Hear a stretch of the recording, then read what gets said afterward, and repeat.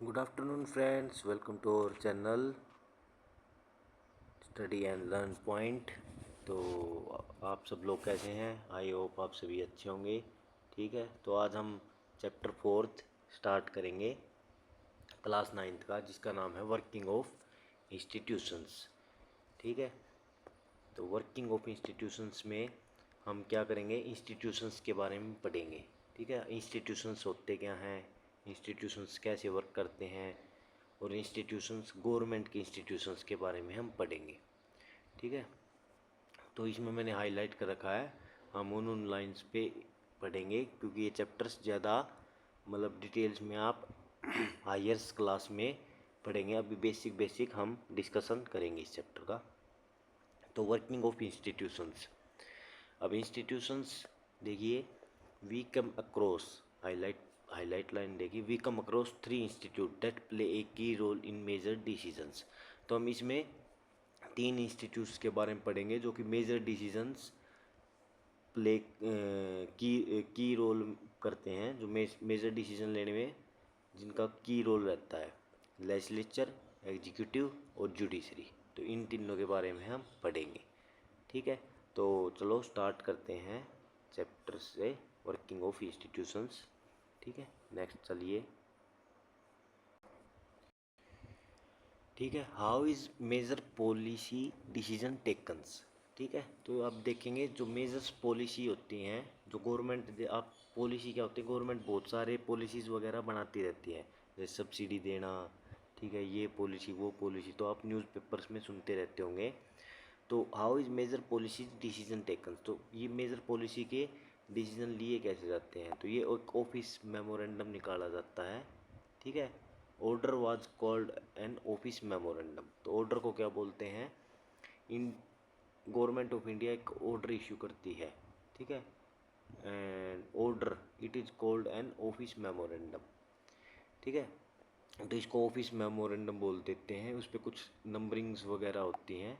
ठीक है, इस टाइप से नंबरिंग होती है, ये देखिए यहाँ पे इस टाइप से नंबरिंग वगैरह वगैरह होती हैं, और इसको को बोलते हैं ऑफिस मेमोरेंडम।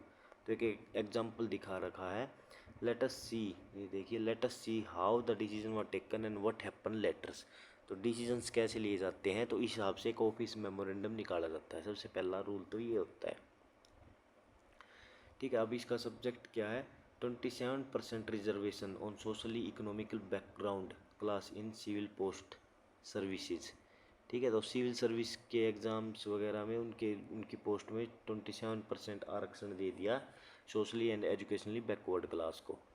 ठीक है, तो इस हिसाब से ये एक ऑफिस मेमोरेंडम आपको दिखा रखा है। तो ये आप देखिए, 20% से उनका subject reservation for other backward class in civil post and service under the government of India. ठीक है, तो इस हिसाब से एक वो निकाला जाता है। आप देख सकते हैं कि ये है ऑफिस मेमोरेंडम।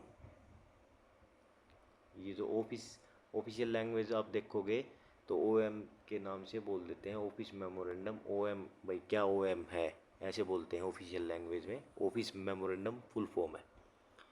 ठीक है, नेक्स्ट देखिए, नेक्स्ट पेज पे। ठीक है, अब उस ऑफिस मेमोरेंडम्स के बारे में हम डिस्कस करेंगे।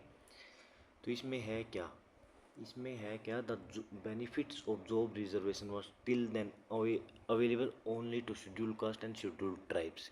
तो इसमें क्या था, पहले जो जॉब रिजर्वेशंस थी वो ओनली शेड्यूल कास्ट और शेड्यूल ट्राइब्स के लिए थी। शेड्यूल कास्ट, शेड्यूल ट्राइब्स हम प्रीवियस चैप्टर में पढ़ चुके हैं।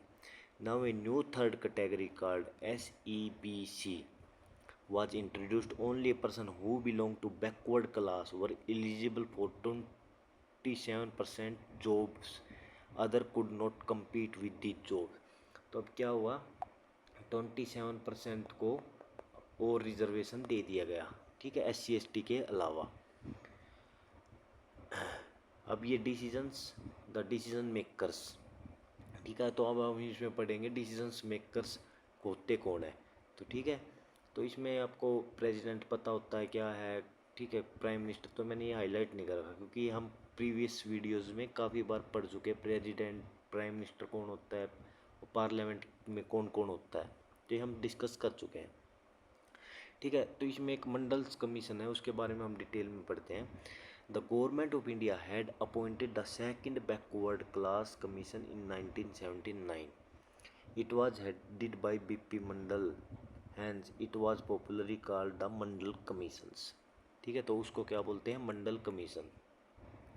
It was asked to determine the criteria to identify the socially educationally backward class in India and recommend step to taken for their advancement. अब ये मंडल कमीशन में क्या है, था क्या, बीपी मंडल ने दिया था, इसमें 1979 में अपॉइंट किया गया था। ठीक है, और इसमें ये बोला गया था कि आपको डिटरमाइन करना है कि कौन कौन सोशली और एजुकेशनली बैकवर्ड क्लास है इंडिया में। ठीक है, द कमीशन गेव रिपोर्ट, तो ना 1 साल के बाद 1980 में रिपोर्ट दी और काफ़ी recommendation the. How of these were 20% seven government job were reserve for socially and educationally backward class. तो मंडल कमीशन ने बोला था कि भाई 27% रिजर्वेशन दे देनी चाहिए। तो उसी के बेस पे जो हमने मेमोरेंडम पढ़ा था, ये उसी बेस पे ये मेमोरेंडम है। ठीक है, तो ये 1990 में आया था।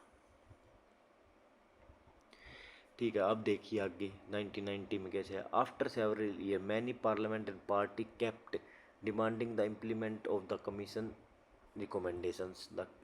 Then the came Lok Sabha election 1989। In its election manifesto Janata Dal promised that if voted to power it would implement the Mandal commission report. तो मंडल कमीशन रिपोर्ट को इम्प्लीमेंट कर देगी अगर जनता दल आती है, तो उन्होंने जनता दल ने एक प्रॉमिस किया। ठीक है, the Janata Dal did form the government, Janata Dal ने गवर्नमेंट बनाई। After this it's leader VP Singh became the prime minister. तो वीपी सिंह क्या बन गए, वहाँ पे प्राइम मिनिस्टर बन गए। Several development took place after that, तो वीपी सिंह ने वहाँ पे प्राइम मिनिस्टर बन दिया और 20% जो मंडल कमीशन था उसको लागू कर दिया। ठीक है, नेक्स्ट पेज पे चलिए अब। ठीक है, तो अब देखिए जो हमने ऑर्डर्स पढ़ा था, ठीक है, उसमें जो मंडल कमीशन पढ़ा था, ठीक है, अब उसको कैसे इम्प्लीमेंट किया गया, तो उसमें हम देखते हैं। ये देखिए जो हाईलाइट पोर्शन है। On August 6 1990 the union cabinet took a formal decisions to implement the recommendation. ठीक है, यूनियन कैबिनेट ने फॉर्मल डिसीजन लिया कि भाई इसको हम रिकमेंड करते हैं कि भाई हम इसको इम्प्लीमेंट करेंगे। Next day prime minister VP Singh informed the parliament about this decision through a statement in both house of parliament. ठीक है, दोनों हाउस ऑफ पार्लियामेंट में इस डिसीजन को लागू करने के लिए वीपी सिंह आगे आए, पार्लियामेंट में उन्होंने बोला। The decisions of the cabinet was send to the department of personnel and training. जो डिसीजंस था कैबिनेट का, department of personnel and training को भेजा गया। The senior officer of department drafted an order line the cabinet decision and took the minister approval. Minister का approval लिया, जो किसने लिया, department of personnel and training ने, DOPT बोल देते हैं जिसको।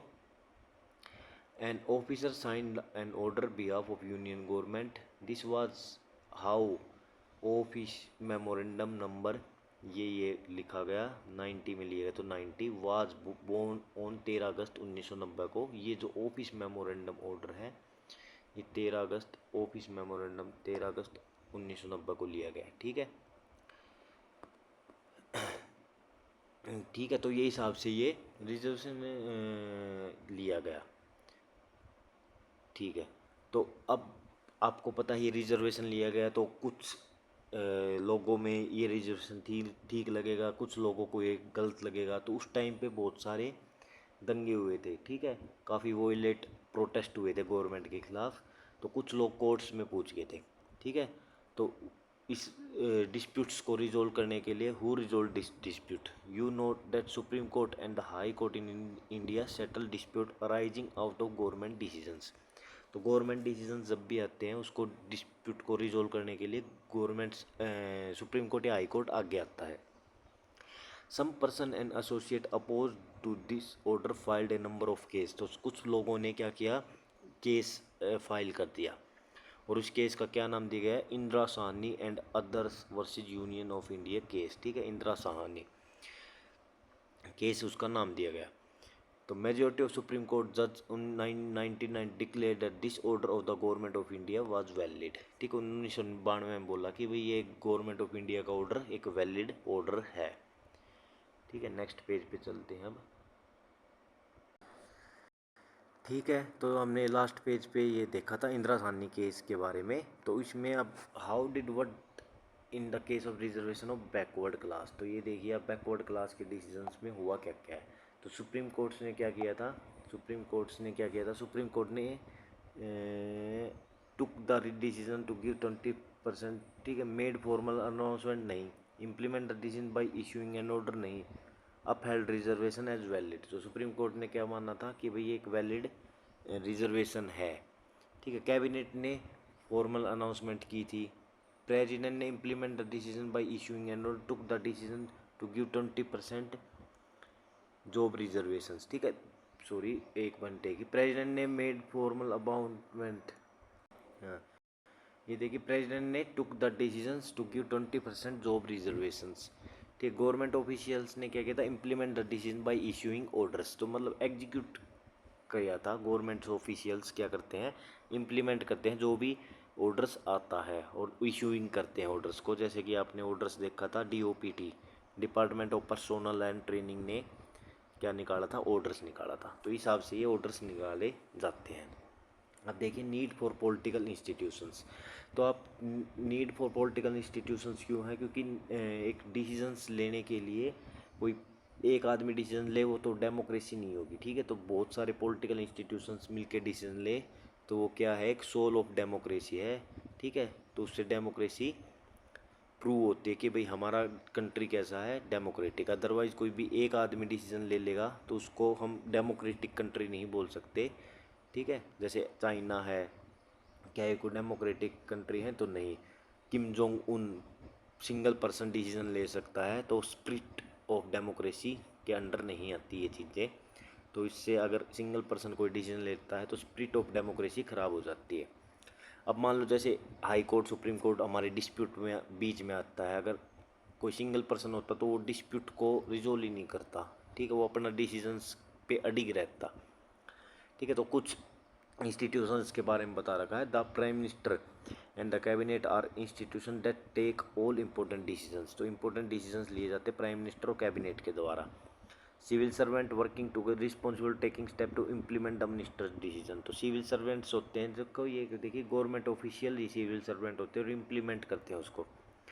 ठीक है, implement the decisions. Supreme court क्या करता है, सेटल्स करता है, कोई भी डिस्प्यूट्स वगैरह आ जाए, ठीक है, तो उसको सेटल्स करता है। ठीक है, तो इम्पोर्टेंट डिसीजंस टेक कौन करता है, supreme court. Sorry, important decisions take कौन करता है, प्राइम मिनिस्टर्स एंड कैबिनेट्स। ठीक है, ऑल इम्पोर्टेंट पॉलिसी डिसीजंस। तो ये हो गए नीड फॉर पॉलिटिकल इंस्टीट्यूशंस की जरूरत क्यों है हमें। ठीक है, ये देखिए यहाँ पे therefore dealing with can frustrating one night, देखो procedures and meeting but that is not the spirit of democracy. One might feel that it is much better to have one person, अगर one person कोई decision take all decisions without any rules procedure and meeting but that is not the spirit of democracy. तो वो एक spirit of democracy नहीं है। ये क्या बोल रहा है, कोई मान लो एक पर्सन पूरे के पूरे डिसीजंस ले ले, कोई भी इंस्टीट्यूशंस ना हो, तो वो एक डेमोक्रेटिक स्पिरिट नहीं होगी। ठीक है, इस वजह से बहुत सारे इंस्टीट्यूशंस बनाए गए हैं। ठीक है, तो अब वन बाय वन हम इंस्टीट्यूशंस के बारे में पढ़ेंगे। ठीक है, तो अब ये हम कम कर चुके थे नीड फॉर पॉलिटिकल इंस्टीट्यूशंस की जरूरत क्या है। अब हम इंस्टीट्यूशंस के बारे में पढ़ेंगे।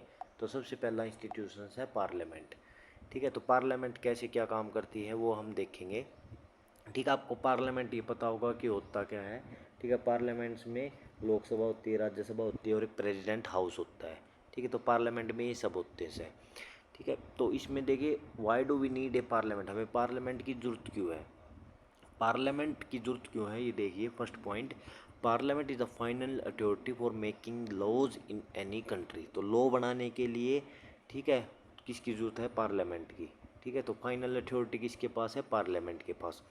कोई लॉ बनाने के लिए ही नहीं, making new law, change existing law, existing law में कुछ चेंज करना हो जिसको हम अमेंडमेंट बोलते हैं कॉन्स्टिट्यूशंस की लैंग्वेज में। अबोलिश करना हो किसी लॉ को, मान लो मंडल कमीशंस के 20% आरक्षण को अबोलिश करना है, तो इसमें कौन कर सकता है, पार्लियामेंट अबोलिश कर सकती है। मेक न्यू वंस, एक कोई नया लॉ बनाना हो, ठीक है, तो ये सब क्या है, पार्लियामेंट के काम।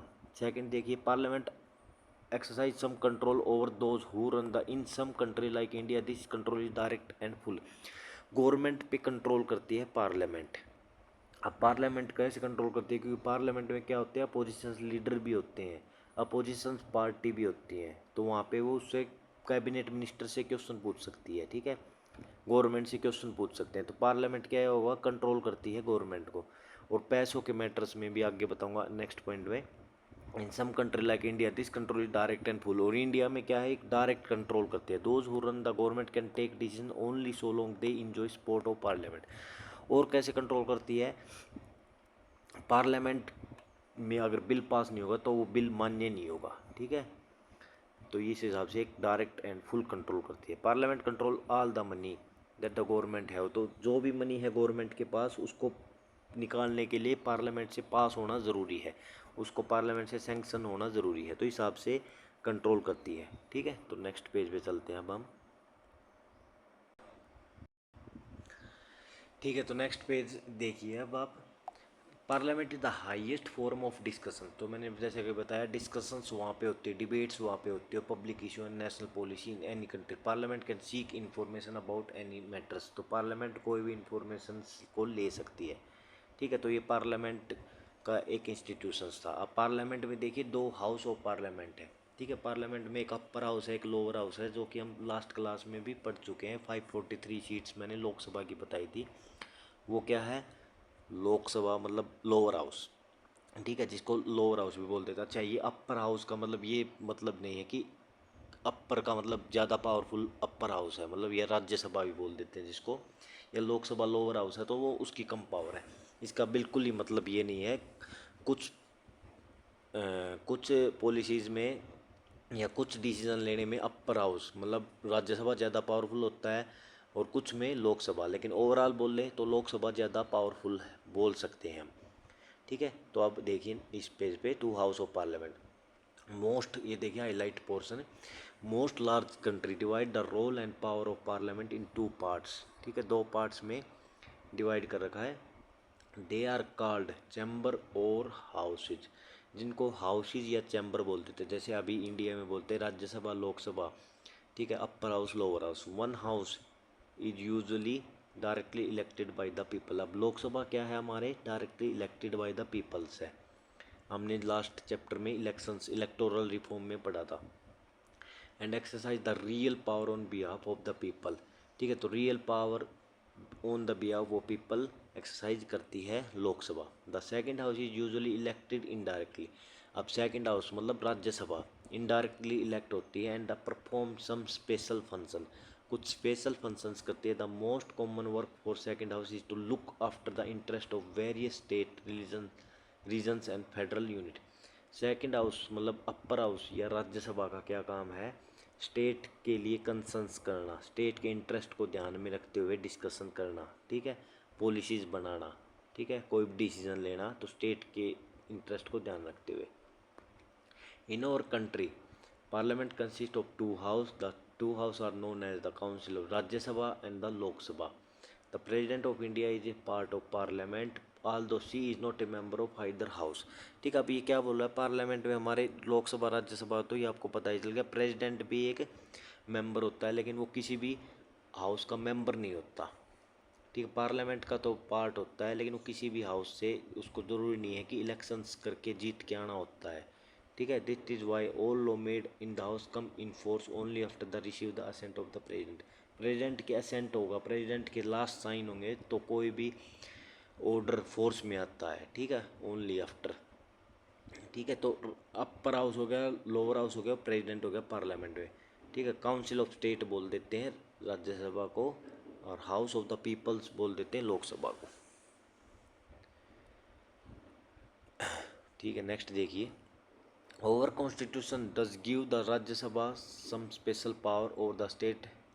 ठीक है, तो राज्यसभा को कुछ स्पेशल पावर दे रखी हैं over the state, but on most matter the Lok Sabha exercise supreme power. तो लोकसभा के बाद ज़्यादा पावर है। Let us see how. कोई भी ऑर्डिनरी बिल आ गया,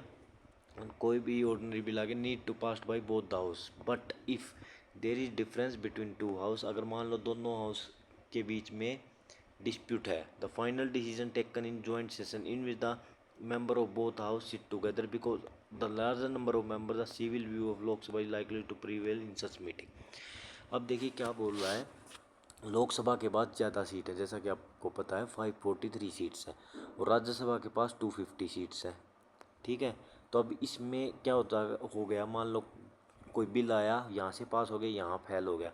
अब इसमें होगा क्या, यहाँ पे क्या करते हैं, जॉइंट सीटिंग हो गई। अब जॉइंट सीटिंग में किसके मेंबर ज़्यादा हो गए, 543 मेंबर इसके ज़्यादा हो गए, तो बिल कैसे पास होगा, जॉइंट सीटिंग दोनों एक साथ बैठे हैं, तो इनके लोकसभा जो जाती है वो ज़्यादा चांस है।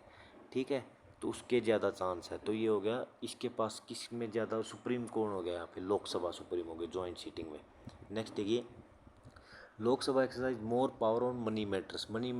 ठीक है, उसमें भी लोकसभा के पास ज़्यादा पावर है। Once the Lok Sabha pass the budget of the government of any other money related law, कोई भी बजट पास हो गया, ठीक है, और any other money related Rajya Sabha can not reject it. तो मनी मैटर्स में राज्यसभा उस बिल को रिजेक्ट नहीं कर सकती। मनी बिल को राज्यसभा को पास करना ही करना होता है। The Rajya Sabha can only delay it by 14 days और सजेस्ट चेंज इन इट, के मैक्सिमम 14 दिन के लिए रोक सकती है। द लोकसभा में और may not accept the change, Lok Sabha में एक्सेप्ट करे ना करे वो बिल पास माना जाता है, और 14 दिन के लिए कोई कुछ भी ना करे, मान लो ना रिजेक्ट करे ना पास करे, तो वो अपने आप पास माना जाता है। ठीक है, तो ये लोकसभा की एक्सट्रीम पावर होगी। नेक्स्ट पेज पे चलते हैं। ठीक है, नेक्स्ट पे ये देखते हैं, most important the Lok Sabha control the council of ministers. ठीक है, तो काउंसिल ऑफ मिनिस्टर्स को कंट्रोल करती है लोकसभा। ठीक है, वो कैसे, वो देखिए, जो काउंसिल ऑफ मिनिस्टर्स होते हैं वो अगर जब तक लोकसभा की मेजोरिटी है तब तक ही काउंसिल ऑफ मिनिस्टर रहते हैं। अगर लोकसभा की मेजोरिटी नहीं है, राज्यसभा की मेजोरिटी है ना है उससे फ़र्क नहीं पड़ता, लेकिन लोकसभा की मेजोरिटी नहीं है तो काउंसिल ऑफ मिनिस्टर्स नहीं रहेंगे, उनको प्राइम मिनिस्टर के साथ रिजाइन देना पड़ता है। अगर लोकसभा की मेजोरिटी नहीं है तो उसको क्या बोलते हैं, नो कॉन्फिडेंस बोल देते हैं, कि भाई कॉन्फिडेंस नहीं है गवर्नमेंट के पास, नो कॉन्फिडेंस मोशन आता है। अगर वो पास हो गया, ठीक है, तो क्या हो गया, मेजोरिटी नहीं है। ठीक है, मेजोरिटी नहीं है गवर्नमेंट के पास, तो मेजोरिटी नहीं है तो नो कॉन्फिडेंस मोशन आता है। नो कॉन्फिडेंस मोशन पास हो गया तो prime minister, all minister including prime minister have to quit, उनको क्विट करना होता है। ठीक है, तो ये लोकसभा की मेजोरिटी होगी। यहाँ पे राज्यसभा की, सॉरी, लोकसभा की पावर हो गई। यहाँ पे राज्यसभा की पावर्स अभी डिस्कस नहीं की गई है इस चैप्टर में, वो हम आगे के चैप्टर्स में करेंगे। ठीक है, ये आप देख सकते हैं, डे इन लाइफ और लोकसभा। चलो ये थोड़ा डिस्कस कर लेते हैं, day in life of the Lok Sabha, की लोकसभा में क्या होता है। ठीक है, थोड़ा बहुत हम डिस्कस करते हैं, बाकी आप पढ़ने की कोशिश करना। ये देखिए, 7 दिसंबर 2004 was ordinary day in the life of the 14th Lok Sabha. एक ऑर्डिनरी डे है लोकसभा का, 7 दिसंबर 2004। Let us take L what happened in the course of the that day, identify role and power of the parliament on the basis of proceeding for the day given below. You can also enact this day in your classroom। तो आप ये classroom में भी activity कर सकते हो। देखिए 11 बजे का टाइम है। Various ministers gave written answer to about 250 questions that were asked by the member. 250 questions का रिटर्न आंसर देते हुए वेरियस मिनिस्टर, ठीक है, 250 दैट वर आस्क्ड। पिछले जो लोग, पिछला सेशन, जो पिछला, सॉरी सेशन नहीं, पिछले डे जो मीटिंग हुई थी उसके आंसर्स दे रहे हैं। Were asked by these include, इसमें क्या क्या इंक्लूड थे, what is government policies on taking to militant group in Kashmir. ठीक है, गवर्नमेंट की पॉलिसीज क्या हैं ऑन मिलिटेंट ग्रुप से बात करने के लिए। What are the figure of atrocities against schedule tribe, atrocity schedule tribes की क्या क्या हैं, in those include inflicted by the police. अब एट्रोसिटी क्या होती है, अत्याचार, तो उसका क्या क्या फिगर्स है, कितना अत्याचार हुआ है, ठीक है। ये क्वेश्चंस वगैरह ये सब पूछे गए थे। और those inflicted by the police, तो जो पुलिस के द्वारा मतलब परेशान किए गए थे। What are the government doing about over pricing of medicines by big companies. Over pricing पे क्या बताया गवर्नमेंट को भाई, ये ओवर प्राइसिंग क्यों है, ठीक है। तो गवर्नमेंट क्या कर रही है कंट्रोल करने के लिए। तो ये सब क्वेश्चंस वगैरह पूछे गए थे और उनका रिटर्न आंसर 250 क्वेश्चंस का रिटर्न आंसर दिया गया। नेक्स्ट 12 बजे देखिए, large number of official document were presented and were available for discussion, these include. तो ऑफिशियल डॉक्यूमेंट्स आए, recruitment rule for Indo Tibetan border, annual report, ठीक है। तो ये सब आप देख सकते हैं ऑफिशियल, ये ऐसे डिस्कशन चलते हैं। 12/2 पे ये देखिए 12 बजे ये आया। 12 मिनिस्टर ऑफ डेवलपमेंट एंड, ये देखिए अब यहाँ पे एक मिनट रुको, यहाँ पे कुछ होगा, ठीक है। Indo Tibetan border police force, ITBP recruitment rules, annual report of Indian institute of technology, report of counter राष्ट्रीय इस्पात निगम, ठीक है। इसमें दिखा नहीं लगा 12/2 पे, नहीं तो अदरवाइज ये मैं दिखाता कि भाई minister of development and North East Region made a some statement regarding revitalisation of North Eastern Council. अब देखिए नॉर्थ ईस्टर्न काउंसिल्स होती हैं नॉर्थ ईस्ट राज्य में, वो हम डिटेल्स में पढ़ेंगे। Minister of state for railway present statement, तो यहाँ पे स्टेटमेंट्स वगैरह शो दिखाई जा रही हैं, ठीक है। Several member highlight some issues, vindictiveness of the CBI in registering case against some leader in the Tehelka case. तो ये सब इन पे डिस्कशंस वगैरह हो रहे हैं, कुछ इश्यूज हाईलाइट किए गए, ठीक है। कोई किसी मैटर को डिस्कस करना चाहता है, कोई किसी मैटर्स को, ये सब होता रहता पार्लियामेंट में। 2 बिल भी प्रपोज्ड किए गए, वर कंसिडर एंड पास्ड, और ये दोनों बिल पास हो गए थे, एक तो सिक्योरिटी लॉज और एक एनफोर्समेंट ऑफ सिक्योरिटी, ठीक है। तो ऐसे मतलब मिक्स सा चलता रहता है, लेकिन आप आगे पढ़ेंगे तो जैसे क्वेश्चंस ओवर के लिए टाइम होता है स्पेशल से, ठीक है। तो ये सब होता है, जैसे यहाँ पे क्या है क्वेश्चंस पूछे जा रहे हैं, तो ये क्वेश्चन आवर्स है, क्वेश्चंस आवर, ठीक है। Finally there was a long discussion regarding the foreign policies पे डिस्कशन किया गया। तो ऐसे डिस्कशंस होते रहते हैं। डिस्कस हाउस अर्जन, अर्जन करना क्या होता है, मतलब नेक्स्ट डे के लिए बुलावा, ठीक है। अर्जन करना मतलब यहाँ पे मीटिंग ख़त्म होती है और ये मीटिंग मतलब नेक्स्ट डे हम कंटिन्यू करेंगे, तो ये अर्जन हो गया, ठीक है। अब नेक्स्ट पेज पे चलते हैं। तो ये आपको लोकसभा की पावर्स वगैरह समझ आ गई होंगी, ठीक है।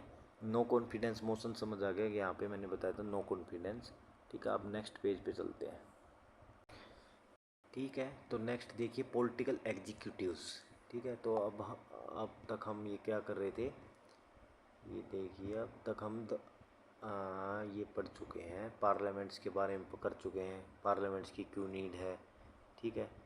तो पॉलिटिकल इंस्टीट्यूशंस में पार्लियामेंट कंप्लीट कर चुके हैं, 2 हाउस ऑफ पार्लियामेंट कंप्लीट कर चुके हैं हम, ठीक है। अब हम करेंगे पॉलिटिकल एग्जीक्यूटिव्स।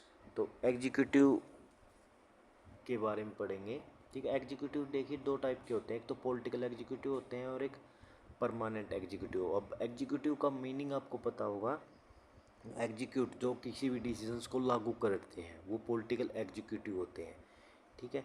तो पॉलिटिकल एंड परमानेंट एग्जीक्यूटिव। अब एक पॉलिटिकल एग्जीक्यूटिव जो 5 साल के लिए, जैसे गवर्नमेंट चूज की गई, वो 5 साल के लिए रहते हैं। जैसे प्राइम मिनिस्टर क्या है, एक एग्जीक्यूटिव किसी भी लॉ को इम्प्लीमेंट करने में हेल्प करता है।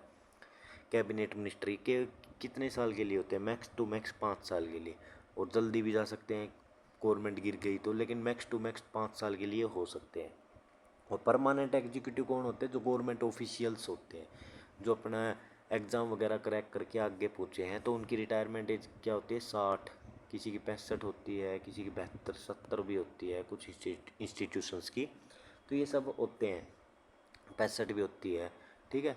तो ये सब होते हैं, ये हो गए परमानेंट एग्जीक्यूटिव, ठीक है। तो ये 2 प्रकार के एग्जीक्यूटिव होते हैं, पॉलिटिकल और परमानेंट। तो पॉलिटिकल 5 साल में। ये पढ़िए, in a democracy 2 category make up the executive, 1 that is elected by the people. जो पॉलिटिकल एग्जीक्यूटिव होते हैं वो इलेक्टेड होते हैं पीपल्स के द्वारा for a specific period, it's called political executive.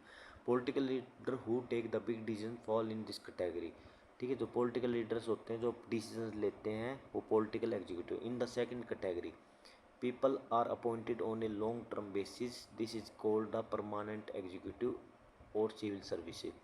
Person working in civil services are called civil servant. तो civil servants होते हैं जैसे कि मैंने बताया, तो पेपर्स वगैरह करेक्ट करके आते हैं। दे रिमेन ऑफिस, तो उनकी रिटायरमेंट एज होती है, चाहे पार्टी कोई भी हो।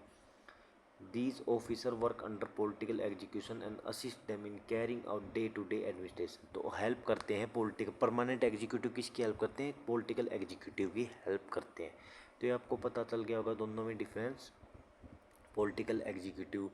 ठीक है, नेक्स्ट पेज पे चलते हैं अब हम।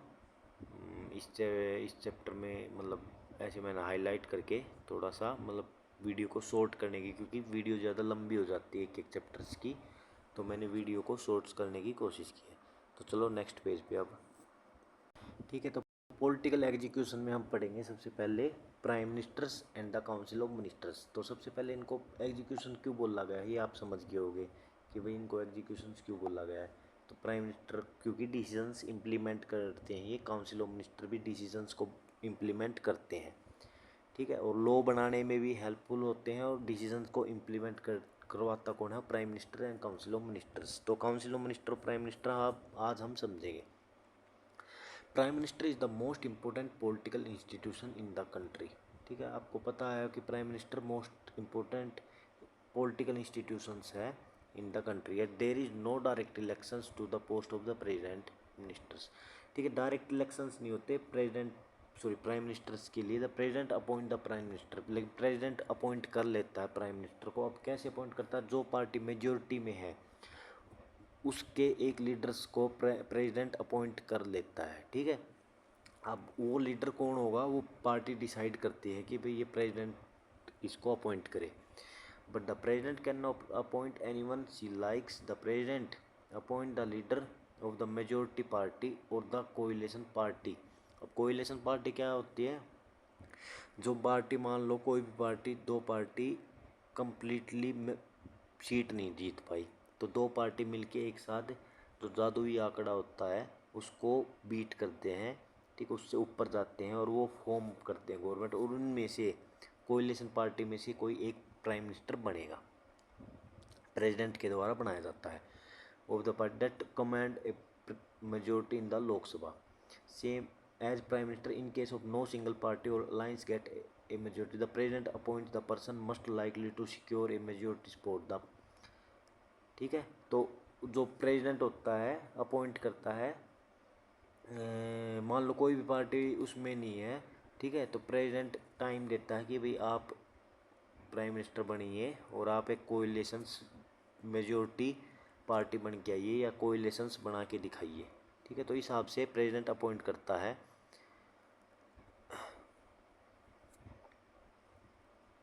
इन केस ये देखिए, in case no single party और lines get a the president appoint the person most likely to secure a majority support. ठीक है, तो प्रेसिडेंट मतलब उस टाइम पे मान लो कोई भी पार्टी ना कोएलिशन बना पा रही है ना कोई पार्टी मेजोरिटी में है, तो उस टाइम क्या करते हैं? प्रेसिडेंट किसी को एक को अपॉइंट कर देता है और वो बोलता है उनको कि आप मेजोरिटी प्रूव कर दीजिए। Prime minister does not have a fix tenure. अच्छा ये देखिए, कई बार क्वेश्चन आता है, मान लो मैं ये पूछूं प्राइम मिनिस्टर कितने साल का टेन्योर होता है? बच्चे बोलते हैं 5 साल का, लेकिन कॉन्स्टिट्यूशन में उनका टेन्योर नहीं लिख सका। उनका टेन्योर क्या है? He continue power so long as he remains the leader of the majority party और कोएलिशन। तो ये मैंने स्पेशल लाइट कर रखा है। उनका टेन्योर क्या है? जब तक मेजोरिटी है उनके पास। ठीक है, तो उनका टेन्योर होता है।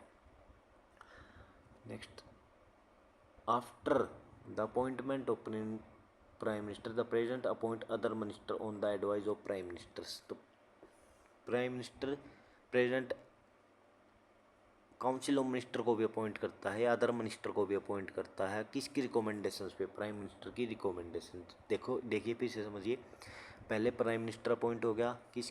प्रेसिडेंट की उस पे, प्रेसिडेंट ने प्राइम मिनिस्टर को अपॉइंट किया। अब president he council of minister को अपॉइंट करेगा, लेकिन किसकी रिकमेंडेशन पे? प्राइम मिनिस्टर की रिकमेंडेशन पे। Sometime A person who is not a member of president parliament can also become a minister. तो ये क्या बोल रहा है? ये देखिए, जो मेंबर पार्लियामेंट का नहीं है वो भी मिनिस्टर बन सकता है, but such a person who get elected to one of the house of parliament within 6 months of appointment as a minister. लेकिन उसको 6 month के अंदर अंदर मिनिस्टर बन के आना होता है। ठीक है, नेक्स्ट देखिए, council of minister is the official name of body that includes all the ministers. Council of minister क्या होता है? ऑफिशियल नेम ऑफ बॉडी हो गया जो कि जितने भी मिनिस्टर्स हैं उनको इंक्लूड करता है। इनकी स्ट्रेंथ कितनी होती है? 60 to 80 minister of different ranks, 60 से लेकर 80 तक डिफरेंट रैंक के मिनिस्टर्स होते हैं। तो इसमें तीन होते हैं, कैबिनेट होता है, एक मिनिस्टर ऑफ स्टेट होता है और ministry of state with independent charge होता है, एक तो एक minister of state without independent charge होता है। अब देखिए, cabinet ministry top level ministers होता है, ठीक है, रूलिंग पार्टी का इंचार्ज ऑफ मेजर मिनिस्ट्री होती है। जैसे होम मिनिस्ट्री अगर मैं बोलूँ, वो क्या है? कैबिनेट मिनिस्ट्री है। रोड एंड ट्रांसपोर्ट जो नितिन गडकरी आज के टाइम पे, वो क्या है? कैबिनेट मिनिस्ट्री के अंडर आते हैं। कैबिनेट इज दस the inner ring of the council of minister, it comprises about 25 ministers, ठीक है। अब ये देखिए क्या बोल रहा है, ये मान लिए कैबिनेट काउंसिल ऑफ मिनिस्टर है 60 से 80, तो इसके अंदर क्या हो गए? कैबिनेट मिनिस्ट्री होगी, ये एक इनर रिंग हो गया, मतलब सबसे स्ट्रॉन्ग हो गया, ठीक है। ये सभी मिला के काउंसिल ऑफ मिनिस्टर हैं। अब ministry of state with independent charge, ये छोटे मोटे जो स्मॉलर मिनिस्ट्री होती हैं वो ministry of state with independent charge हो गया, ठीक है।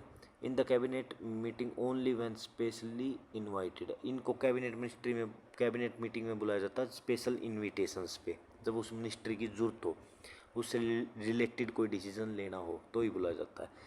नेक्स्ट देखिए, ministry of state are attached and required to assist cabinet minister, तो कैबिनेट मिनिस्टर के पास ज़्यादा काम का बर्डन होता है तो उसको हेल्प करने के लिए मिनिस्ट्री ऑफ स्टेट दिया जाता है डिपार्टमेंट, मतलब मिनिस्ट्री ऑफ स्टेट बोलते हैं उसको, और अटैच्ड होते हो कैबिनेट मिनिस्ट्री के साथ, ठीक है।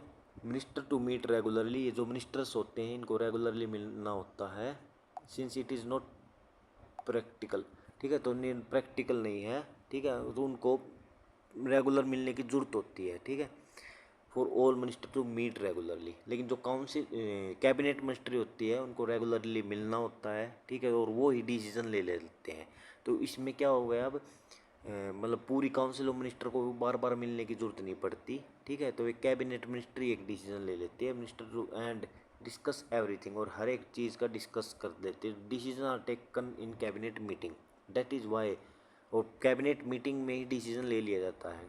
That is why parliamentary democracy in most countries of fun known as cabinet form of government, इसलिए ये पार्लियामेंट्री डेमोक्रेसी को क्या बोलते देते हैं? Cabinet form of government. तो ये आप समझ गए होंगे कैबिनेट पार्लियामेंट्री डेमोक्रेसी को कैबिनेट फॉर्म ऑफ गवर्नमेंट क्यों बोला जाता है, क्योंकि मोस्ट ऑफ डिसीजंस कैबिनेट ही लेती है, ठीक है।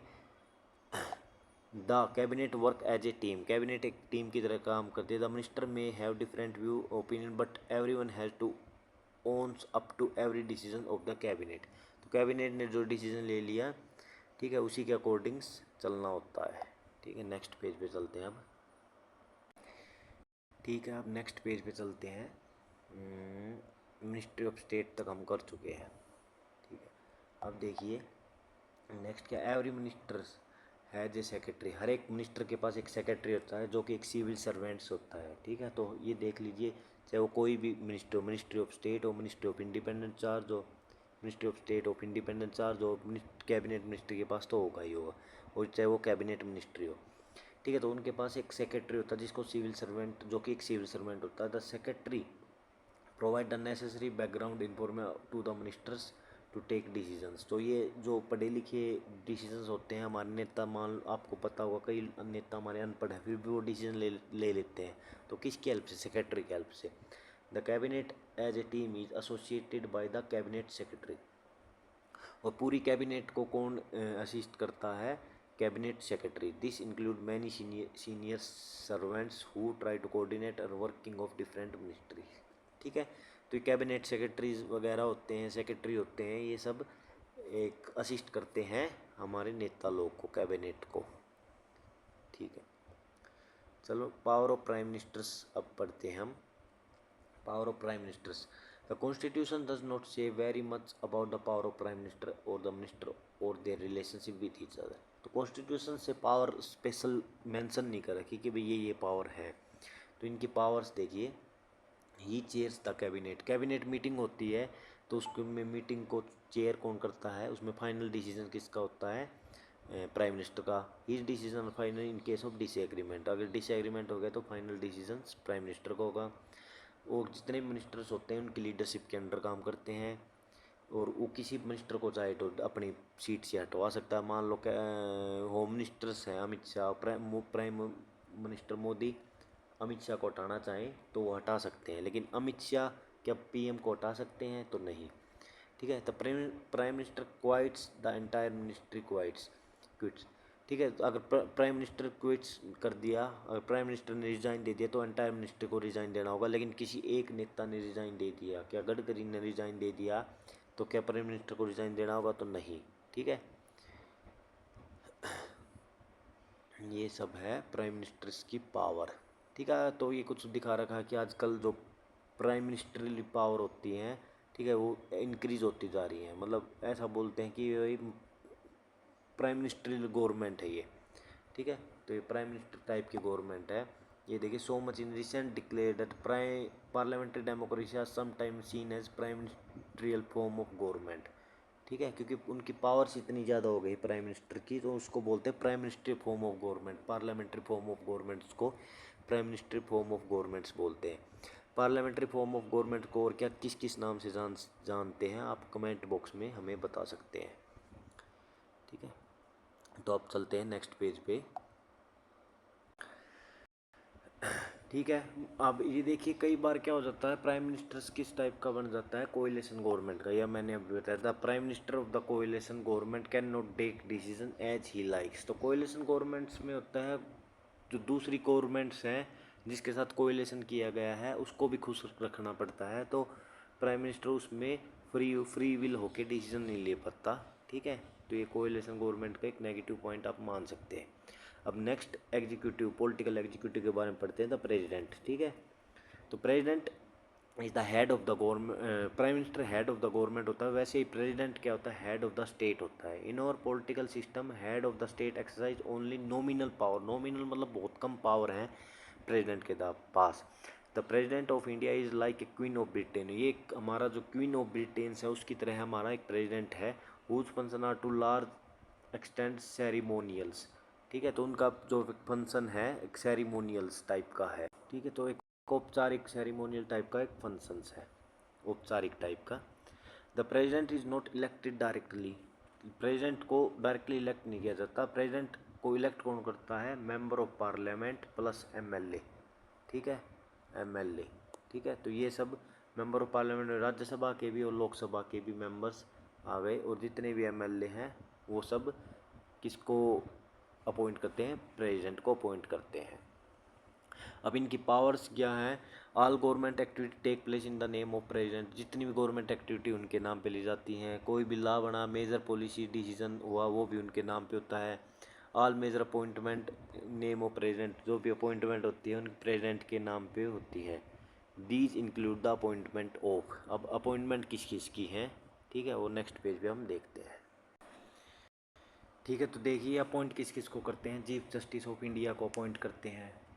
ठीक है, चीफ जस्टिस ऑफ इंडिया को अपॉइंट करते हैं। जज ऑफ सुप्रीम कोर्ट्स को अपॉइंट करते हैं। हाई कोर्ट्स के जज को ऑफ स्टेट। अब ये देखिए यहाँ पे कई बार लगता है कि स्टेट के हाई कोर्ट को स्टेट का कोई आदमी करता होगा, लेकिन यहाँ पे देखिए हाई कोर्ट्स को कौन अपॉइंट करता है? प्रेसिडेंट। ठीक है, क्योंकि एक इंटीग्रेटेड सिस्टम है। सुप्रीम कोर्ट के ही नीचे हाई कोर्ट आ गया। अब हाई कोर्ट मतलब क्या स्टेट के अंडर में नहीं है, बल्कि एक सेंटर का एम्प्लॉय मतलब प्रेसिडेंट अपॉइंट करता है। इलेक्शंस कमीशन हो गए, सीजीआई इलेक्शंस कमिश्नर्स हो गए, उनको भी अपॉइंट करता है। एम्बेसडर हो गए किसी कंट्री का। ठीक है, कैग का जो हेड होता है, कैग अब आप आगे के पढ़ेंगे। ठीक है, ये एग्जीक्यूटिव जो भी होते हैं डिसीजंस, कैग की भी एक एग्जीक्यूशन का पार्ट है। International treaties made on the name of president. जो इंटरनेशनल ट्रीटीज़ होती हैं वो प्रेसिडेंट के नाम पे ली जाती हैं। President supreme commander of defence force का सुप्रीम कमांडर होता है। The president exercise all these power. President exercise करता है दीज पावर को only on advice of the council of ministers. The president can ask the council of minister to reconsider it advice. तो ये क्या बोल रहा है कि प्रेसिडेंट अपने मन मर्जी से कोई भी एडवाइस नहीं, कोई भी रिकमेंडेशन नहीं देता, वो काउंसिल ऑफ मिनिस्टर्स के डिसीजन पे लेता है। But if the same advice given again हाँ, रिकमेंडेशन जो काउंसिल ऑफ मिनिस्टर ने एडवाइस दी उसको रिकंसिडर के लिए भेज सकता है, लेकिन काउंसिल ऑफ मिनिस्टर ने वही एडवाइस दोबारा दे दी तो she bound to act according to it. Similarly ये bill passed by the parliament become a law only after president give assent to it. The president want she can delay this for some time. तो president कोई भी bill pass करना ही करना पड़ेगा, लेकिन वो maximum क्या कर सकती है, डिले कर सकती है, ठीक है, और send back to the parliament, और प्रेसिडेंट पार्लियामेंट को वापस से भेज सकती है फॉर रिकन्सिडरेशन। तो मतलब आप सीधा सीधा बोल सकते हैं रिकन्सिडरेशन की पावर है, but if parliament pass bill again, तो बिल दोबारा पास हो गया, सी हैज़ टू साइन इन, दोबारा रिकन्सिडरेशन के लिए नहीं भेज सकती president. So you may wonder what does the president really do, तो कैन सी एनीथिंग और her on her at all, there is very one important she should do on her own. तो क्या कर सकती है प्रेसिडेंट, प्रेजेंट कर सकती है जब कोई भी पार्टी मेजोरिटी में नहीं है, अपनी डिस्क्रिशनरी पावर बोल लेंगे, प्रेजेंट एक ही टाइम पे अपनी डिस्क्रिशनरी पावर यूज़ कर सकती है जब कोई भी पार्टी मेजोरिटी में ना हो, व्हेन नो पार्टी मेजोरिटी, और उस टाइम पे वो किसी भी को भी अपनी मन मर्जी से, वहाँ पे काउंसिल ऑफ मिनिस्टर होगी नहीं, तो प्रेसिडेंट किसी को भी अपनी मन मर्जी से president appoint sorry prime minister appoint कर सकती है, और जो कि मस्टर करे मेजोरिटी को support in the Lok Sabha. In such a case the president can ask newly appoint prime minister to prove a majority, और जो न्यूली अपॉइंट प्राइम मिनिस्टर है उसको बोल देगा कि भाई मेजोरिटी प्रूव करो इन the Lok Sabha with in a specific time, और कुछ टाइम दे देंगे, ठीक है। तो इस हिसाब से यहाँ पे डिस्क्रिशनरी पावर यूज की सकते हैं, तो इसको क्या बोल देंगे, डिस्क्रिशनरी, ठीक है, ये हाईलाइट कर लीजिए, डिस्क्रिशनरी पावर हम बोल देंगे इस चीज़ को। चलो अब नेक्स्ट करते हैं प्रेसिडेंटल सिस्टम। अब प्रेसिडेंटल सिस्टम हमारा टाइप कैसा है, prime minstrel form of government है, ठीक है। यहाँ पे कुछ देशों में प्रेसिडेंट, जैसे यूएसए का एग्जांपल दे देगा, यूएस प्रेसिडेंट डायरेक्टली इलेक्टेड हो, यूएस का जो प्रेसिडेंट होता है वो directly elected by the people होता है, चूज और अपॉइंट ऑल द मिनिस्टर, और वही प्राइम मिनिस्टर चूज, और ये मान लो ये प्राइम मिनिस्टर्स हैं, ठीक है, वहाँ यूएस की, वो सभी मिनिस्ट्री पोर्टफोलियो को चूज और सिलेक्ट करता है, ठीक है। और वहाँ पे लॉ कहाँ पे बनते हैं, कैबिनेट्स में, सॉरी कैबिनेट बोल रहा हूँ, कांग्रेस में law making is still done by legislature, यहाँ पे लेजिस्लेचर में लॉ बनते हैं। और यहाँ पे ये ज़रूरी नहीं है कि प्रेसिडेंट के ही मेंबर की मेजोरिटी हो, ये 4 साल अपॉइंट हो गए तो 4 साल के लिए अपॉइंट हो चुके हैं, ठीक है। और ये लॉज, हाँ, लॉ पास नहीं होंगे, और कोई भी लॉ यहाँ पे बनाया गया है तो प्रेसिडेंट उसको नल एंड वॉइड कर सकता है, उस लॉ को कैंसिल कर सकता है। और मिनिस्ट्री भी, ये तो बता ही चुका हूँ, मिनिस्ट्री भी कौन चूज करता है, जो हमारे प्रेसिडेंट है, मतलब यूएस के प्रेसिडेंट है वो चूज करते हैं। तो ये हाईलाइट आप पढ़ सकते हैं, ठीक है, देख लेना। अब नेक्स्ट पेज पे चलते हैं, ठीक है। इस चैप्टर के हम अब लास्ट टॉपिक द जुडिशरी के बारे में स्टडी करेंगे, ठीक है, जुडिशरी क्या होती है, ठीक है।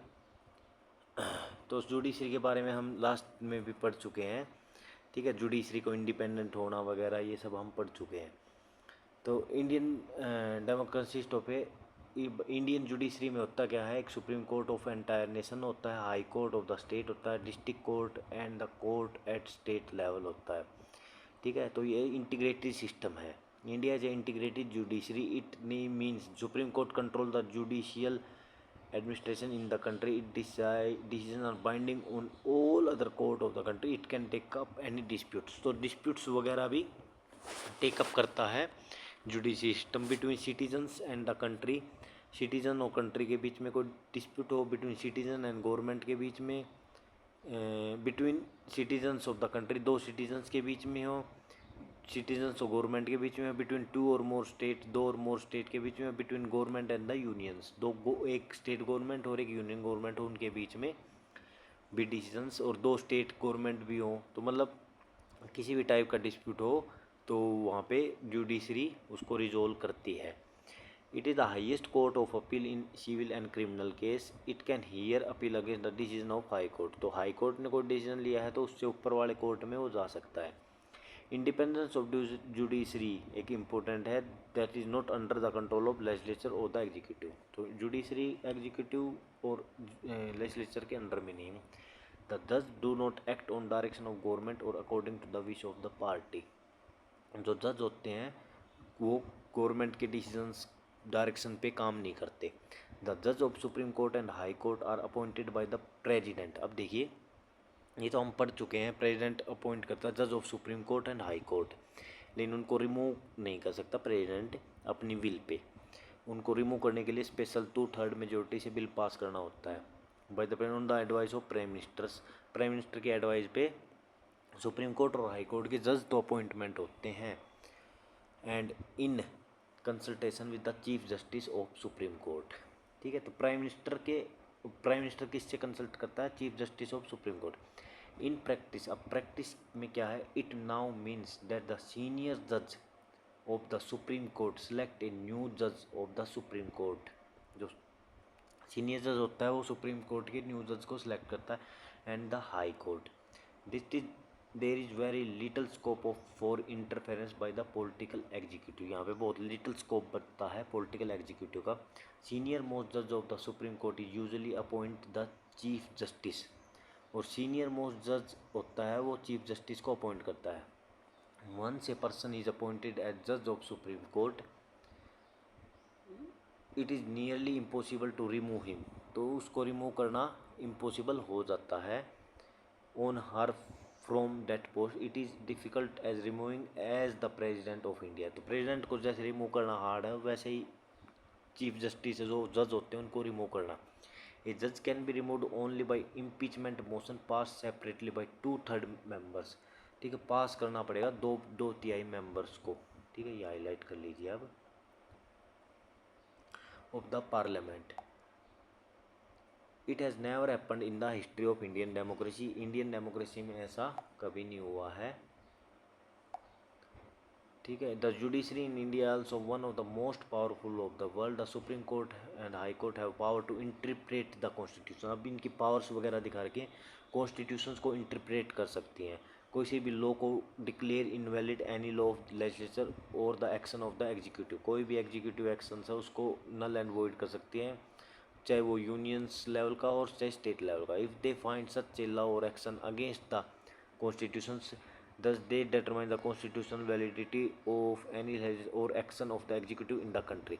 तो कोई भी कॉन्स्टिट्यूशंस के खिलाफ अगर कोर्ट को ये लगा तो उसको भी नल एंड वॉइड कर सकती है। When it is challenged before them, that is why the judicial review। तो जुडिशियल रिव्यू की पावर होता है। जुडिशियल रिव्यू समझिए आप क्या होता है? कॉन्स्टिट्यूशंस के विल, कॉन्स्टिट्यूशंस की स्पिरिट को कोई हानि पहुंचा रहा है, कोई ऐसा ला बना दिया, मान लो आप ये बोल दिया कि सभी फंडामेंटल ख़त्म, तो ये क्या है? कॉन्स्टिट्यूशन की स्पिरिट को हानि पहुंचा रहे हैं, मतलब बेसिक स्ट्रक्चर जो है कॉन्स्टिट्यूशंस का वही ख़त्म हो रहा है। ठीक है, तो बेसिक स्ट्रक्चर ख़त्म हो रहा है, तो यहाँ पे क्या आएगा? जुडिशियल रिव्यू करेगा, कि उस लॉ को रिव्यू कर सकता है जुडिशरी। ठीक है, जुडिशियल रिव्यू, जुडिशरी रिव्यू कर सकता है, उसको नल एंड वॉइड कर सकता है। तो ये होता है judicial review. The supreme court of also ruled that the core of basic principle can not be challenged bye the parliament. ठीक है, तो ये सब हो गया चेंज्ड बाय द पार्लियामेंट। तो कोर चेंज नहीं कर सकते, जैसे मैंने बताया कि फंडामेंटल राइट्स को ख़त्म कर दो, ये क्या हो गया? कोर है हमारे कॉन्स्टिट्यूशंस का, तो पार्लियामेंट उसको चेंज नहीं कर सकता। The power and independence of the Indian judiciary allow it to act as the guardian of fundamental rights के गार्डियंस भी कौन है? Judiciary. We shall next chapters में हम पढ़ेंगे। Direction protect public interest human rights।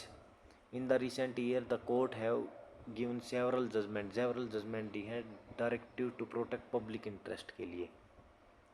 Public it is hurt by the action of that is called PIL। तो court यहाँ पे PIL भी लेता है, पब्लिक इंटरेस्ट लिटिगेशन। मान लो कोई गवर्नमेंट ने ऐसा काम कर दिया, ठीक है, जिससे कि पब्लिक को हर्ट हो रहा है, तो वहाँ पे PIL डाल सकता है कोई भी आदमी, और वो PIL कोर्ट सुनेगा।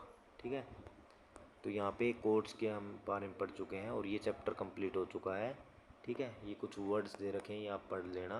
कोई क्वेश्चंस में एक्सरसाइज आप करके देखना, किसी में डाउट हो तो आप मुझे कमेंट बॉक्स में या टेलीग्राम चैनल पे आप पूछ सकते हैं। ठीक है, और आपको वीडियो पसंद आई हो तो, और वीडियो काफ़ी लंबी ऑलमोस्ट 1 आवर की हो चुकी है, यहाँ पे आप लाइक करें, चैनल को सब्सक्राइब करें, ठीक है, और अपने फ्रेंड्स को शेयर करें। ठीक है, वीडियो पसंद आई हो तो आपको। ठीक है, तो thank you very much. Next time हम इसका नेक्स्ट चैप्टर करेंगे, लास्ट चैप्टर जो 9th क्लास का, उसके बाद हम 10th 11th 12th ऐसे ही पूरा सिलेबस कंप्लीट करते जाएंगे। Thank you very much.